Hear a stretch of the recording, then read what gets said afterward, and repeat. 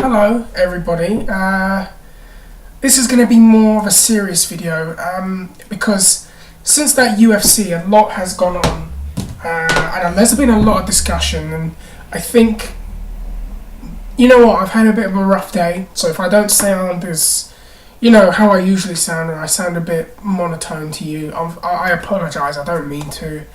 It's just been kind of a difficult couple of days personally, and while I was thinking about some of the things, I was kind of thinking back to the things that really, as a fan of MMA, inspired me. So this video kind of fits with what's been going on in the last weekend, because I know there has been a lot of talk about George St Pierre after the Johnny Hendricks fight and during the before the Hendricks fight, during it, and afterwards. There's just been a lot of St Pierre talk, and I want to say what I really feel, and in a sense probably going to help me a little bit.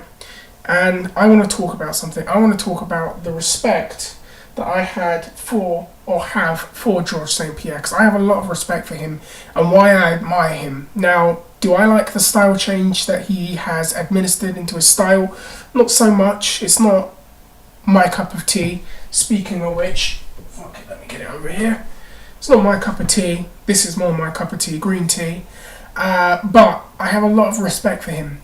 And I remember watching him in 2004, and I used to hear about him on this circuit, the kind of like their equivalent of the independent circuit in MMA in Canada, hearing about this George St Pierre, this dynamic upstart that's coming up, and you got to keep your eyes for this one because he's going to be the future. This is going to be a guy that's going to give Matt Hughes all kinds of problems. And Matt Hughes at that time was looked at as an invincible, unstoppable force, difficult guy to beat, just a powerhouse that would dominate, the welterweight division. And people even thought he could go up at to 185 at one point. I think there was even rumours that he was going to go up.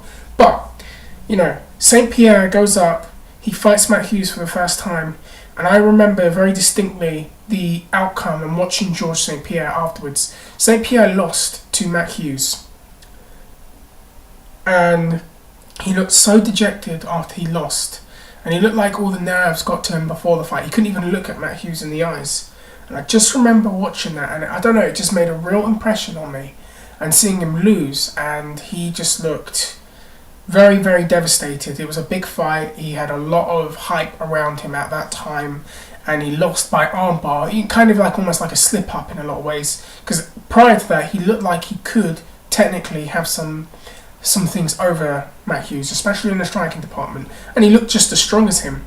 And he lost, unfortunately, and there have been many a fighter and many an athlete in a situation like that, where once they've lost on that kind of stage at that point in their career, they're kind of never the same, and they're very inconsistent, and they're very up and down.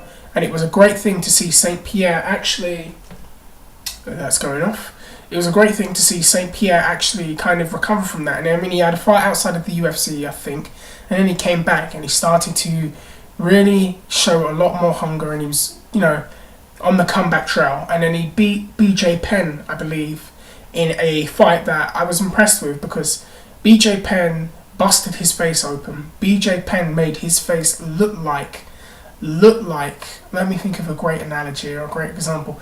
It looked like meat that I see all butchered up in the butchers down my road. It just looked like, oh my god.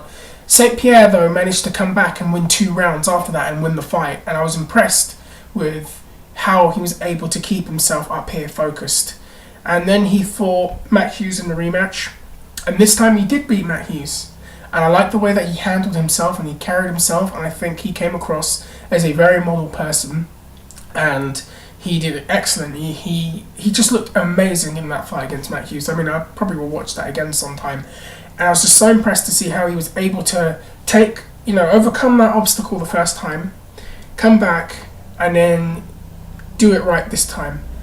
But then he fought Matt Serra, and then that was a big fight. Matt Serra coming off the Ultimate Fighter and all the things that had happened there, and I never forget that fight. And I like George St Pierre, but I hadn't been completely won over by him just yet. And you'll be surprised when I say what it was that won me over, but now you pretty much know it's coming because I've set it up. I like Matt Serra too, and they fought, and St Pierre was the favourite to win the fight, and I think everybody knew it and everybody felt it. And let me have a sip of this. As that fight took place, Serra blasted him in the chin, and he kind of lost it. I think he blasted him around the ear, actually, near the equilibrium. And then he actually hit him again, and St Pierre went down, and he knocked him out. Shocked the entire world. Nobody thought that was going to happen, unless you were Matt Serra's camp. No one saw that happening. And he hit him, and he knocked him out, and he won the welterweight title. A very, very big fight, and a very humiliating and devastating loss that nobody expected, and knocked out too, and I believe he even tapped from strikes. That's what people say. And it was such a shocking victory to a lot of people. And I remember the camera catching Matt Hughes laughing his arse off with Sean Sherrick, thinking this was the greatest thing ever. And again, some guys lose at a stage like that, and they still just don't come back, and they struggle to come back. And what I appreciated more than anything was that George didn't put on this facade that, oh, you know, Mr. Tough Guy, I can take it all, I'm a fighter, I don't have any doubts or any of these things going on in my head. And what I appreciated was the fact that St Pierre actually was quite honest and quite open about how he was thinking leading into the fight and how he was after the fight and his approach to the fight. And he actually even saw a sports psychologist. And to me, I think there's great strength in admitting that there's a weakness that you have in a particular area. And I think that a lot of people need to get over that hump. Like, oh, you should never admit you have some kind of weakness. I think there's nothing wrong admitting that you need help in some aspect of your life, because you'll always have that weakness. And if you keep denying that you have it, it's going to catch up with you. And it was a encouraging thing to see St Pierre come back again. And that inspired me, because around that time, I mean, I've said this story before probably, but I had a real difficult time when I went back into education. I had a very, very difficult time trying to get back onto a course that I really wanted to do. I was in my 20s at the time, still am, although I look 18, that some of you say. Well, thank you anyways, black don't crack. But the point is that seeing a guy like that come back and admit where he was weak and eventually come back and go on the trail and get himself back into that position really impressed me. And I remember he fought Josh Koscheck, and he out-wrestled him. And then he had a rematch with Serra on 5 weeks' notice, Hughes on 5 weeks' notice, and beat Hughes. Then he fought Matt Serra in the big rematch, where again everyone was like, oh, George is mentally weak, oh, he's gonna break. St Pierre beat him, and he redeemed that loss. And again, it was quite an impressive thing, and a life lesson to be learned in seeing someone show you how you can come back from a very devastating defeat. And he went on to dominate that weight class, and we did notice that style change in him. I think we noticed it more after the Penn fight. That's just my belief. But the fact is, he was going afterwards, he was able to come back and do what he needed to do. And not many fighters and not many athletes can do that, to tell you the truth. Very few know how to come back from that and are actually honest with that. And I think he became even better, technically speaking, after those things had happened. And that is why I have so much respect for him. I thought it was very bad the way that Dana spoke about him in the press conference. I thought that was really unnecessary.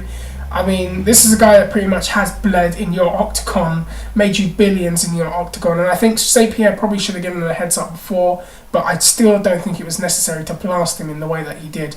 I thought that was very, very, very, very bad.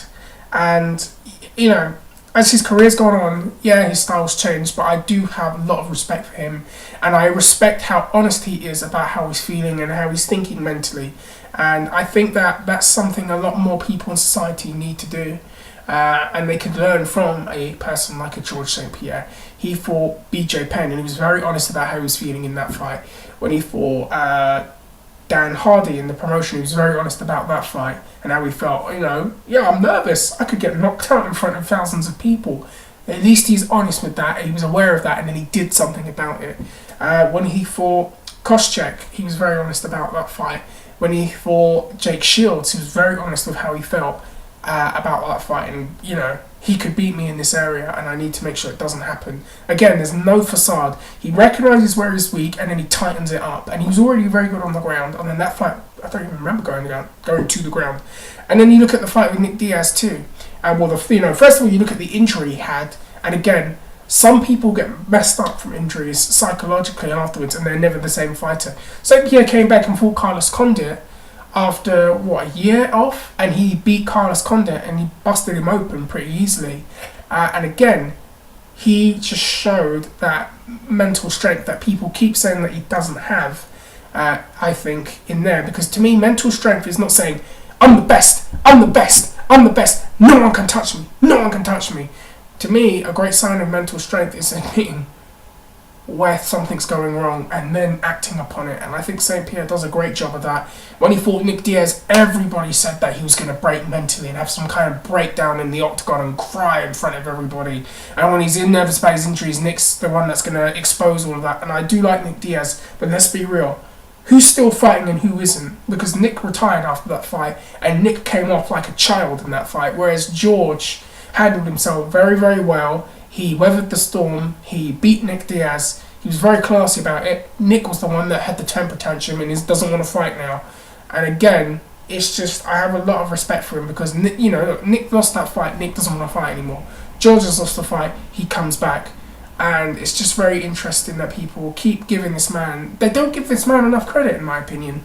And it's kind of disappointing to see that. So I just wanted to get that out there. And in a way kind of almost talk to myself because I've got things going on right now and I need to know how to come back from these things. And it's just very inspirational to see someone like a George St Pierre who's suffered these kind of losses and then come back and then do what he has to do and comes back and comes back and comes back. And it's a lesson for all of us, and we can all learn from someone like a George St Pierre. You'd be surprised about the things you can learn in the fields of entertainment you're in. Whether it's pro wrestling, whether it's comic books, whether it's boxing, whether it's MMA, there's always something you can learn. And I think that if you're humble enough, you will find something that you can learn in any of those fields, or at a college, or at a school, or at a conversation at dinner with somebody. There's always something you can learn, and there's always something that can improve and better your life. And I just want to say, you'll never ever see this, but if the man has things going on in his personal life, then it's good for him to take the time off and do that. You don't really owe us anything. You've, fought for many, many years. You've bled. You've gotten punched in the face, knocked out, tapped out. You've done a lot in this, and it's like, just take the time to do what you need to do. And I wish that man all the best with his personal life. A lot of people say that the internet's a very negative place. Here I am trying to be positive, and I respect all the fighters, even the ones I don't like. I respect them all. Guys, let me know what you think. Very, very different tone of video. More the real me talking to you instead of the whole woo buff and Let me know what you think. I'm going to do another video now in about 2 minutes, and that will be a pro wrestling one. Or actually, no, it won't be a pro wrestling one. I'll tell you what, it will be a comic book one. Or will it be a pro wrestling one? I'll let you decide. Guys, I'm going to head out. Let me know what you think, and hopefully I haven't gone over the time limit. Take care.